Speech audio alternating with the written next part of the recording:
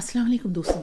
मैं उम्मीद करती हूँ आप लोग दुनिया के किसी भी खित्ते में हों, इंशाल्लाह खैरियत से होंगे।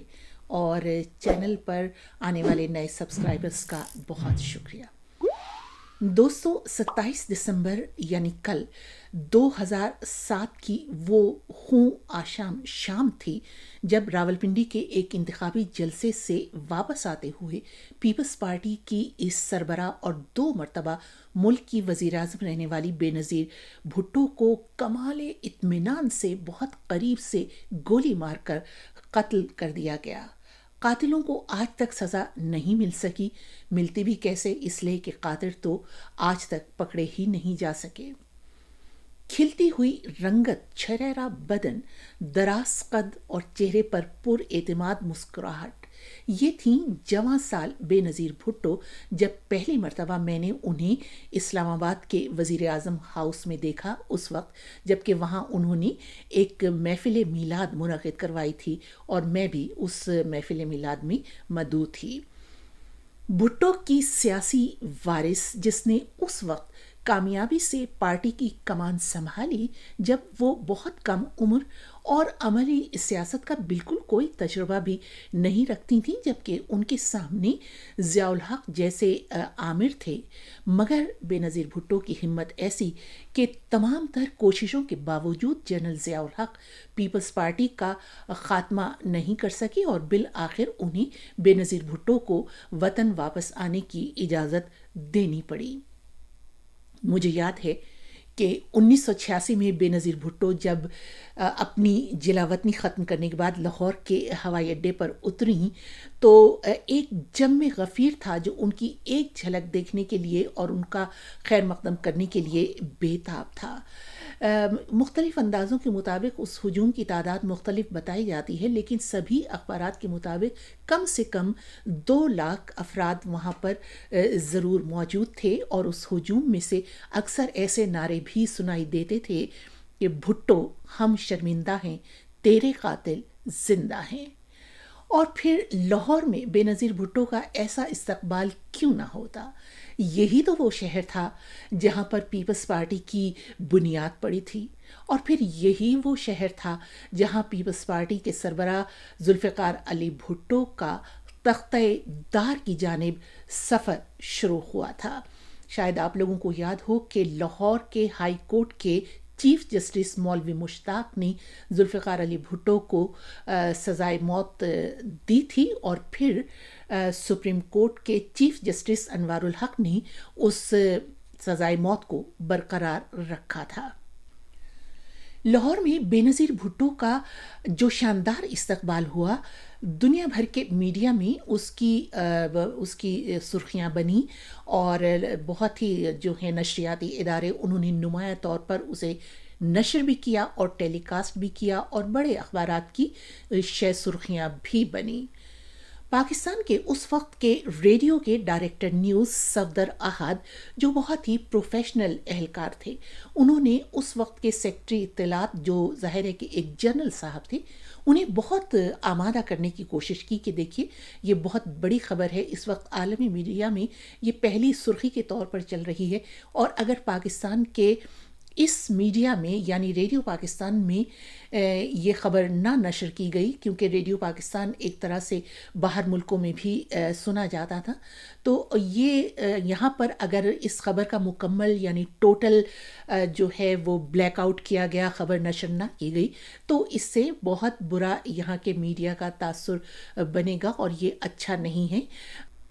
लेकिन कोशिश के बावजूद रेडियो पर ये ख़बर नशर करने की इजाज़त नहीं मिली। उसकी वजह ये थी कि रेडियो पाकिस्तान के ख़बरों के बुलेटिन्स बहुत दूर दराज के इलाक़ों तक सुने जाते थे। अलबत्ता पाकिस्तान टेलीविज़न के रात 9 बजे के ख़बरनामे में ये बहुत छोटी सी आखिर में ख़बर नशर हुई और उसके साथ एक बहुत ही मुख्तसर सी फुटेज भी चली, जो फुटेज वहाँ से बनाई गई थी जहाँ पर बहुत ही लोग कम होंगे किसी जगह पर, वहाँ की वो फुटेज बनाई गई थी। लिहाजा ख़बर के साथ ये नशर किया गया कि बेनज़ीर भुट्टो आज लाहौर वापस पहुँची तो चंद सौ अफराद ने उनका इस्तकबाल किया। ये थी उस वक्त पाकिस्तान के सरकारी मीडिया की सूरत हाल। بقول حبیب جالب کے ڈرتے ہیں بندوقوں والے ایک نہتی لڑکی سے۔ بہرحال وہ نہتی لڑکی پھر ملک کی وزیر اعظم بن گئی، لیکن وہ وزیر اعظم بننا نہیں چاہتی تھیں۔ کیوں؟ ان سے ہی سنیے۔ کیا آپ سیاست میں صرف اس لیے آئیں کہ آپ کا تعلق ایک سیاسی خاندان سے تھا؟ میرا خیال تھا کہ میں وزارت خارجہ میں ملک کی خدمت کروں، یا میں ایک ایسے سیاسی اخبار نکالوں جس سے عوامی مسئلوں کو سامنے پیش کیا جائے تاکہ پھر سیاستدان اس کے اوپر عمل کریں۔ مگر جب میرے ملک کے اندر مارشل لاء لگا تو مارشل لاء کی وجہ سے میں سیاست میں آئی۔ بے نظیر بھٹو کی سیاسی زندگی کو سمجھوتوں کی زنجیر میں لپٹا ہوا دھوپ اور چھاؤں کا ایسا سفر کہا جائے جس میں چھاؤں کے لمحات بہت کم آئے تو شاید غلط نہیں ہوگا۔ اس حقیقت سے تو انکار ممکن نہیں کہ 90 کے عشرے میں بے نظیر بھٹو اور نواز شریف فوج کے گٹھ جوڑ سے ایک دوسرے کی حکومتیں گراتے رہے اور دراصل وہ جمہوری نظام کی ہی جڑیں کھوکھلی کرتے رہے۔ لیکن بہرحال وقت اور تجربہ بہت کچھ سکھا دیتا ہے۔ 2006 میں لندن میں چارٹر آف ڈیموکریسی یعنی میثاق جمہوریت پر جو دستخط ہوئے وہ دونوں رہنماؤں کے اسی تجربے کا نچوڑ تھا، جس میں دونوں نے یہ وعدہ کیا کہ آئندہ غیر سیاسی طریقوں سے اور کسی گٹھ جوڑ کے ساتھ وہ ایک دوسرے کی حکومتیں کبھی گرانے کی کوشش نہیں کریں گے۔ یہ معاہدہ جہاں دونوں رہنماؤں کی بے نظیر بھٹو اور نواز شریف کے سیاسی طور پر بالغ نظر ہونے کی نوید تھی قوم کے لیے، تو وہیں کچھ حلقوں کے لیے یہ خطرے کی گھنٹی تھی جو سیاسی رہنماؤں کو اور سیاسی پارٹیوں کو بااعتماد اور خود مختار نہیں دیکھنا چاہتے تھے۔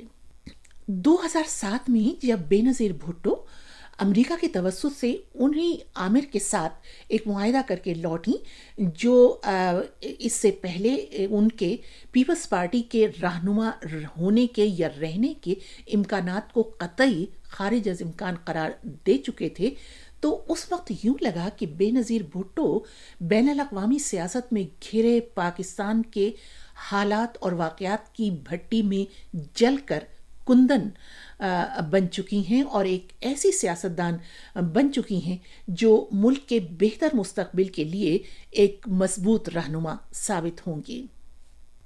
کبھی کبھی میں یہ سوچتی ہوں کہ اگر بے نظیر بھٹو قتل نہ ہوتی تو کیا پاکستان کے سیاسی حالات یہی ہوتے جو آج کل نظر آ رہے ہیں، لیکن مجھے یوں لگتا ہے کہ یہ مختلف ہوتے اور قدرے بہتر بھی ہوتے۔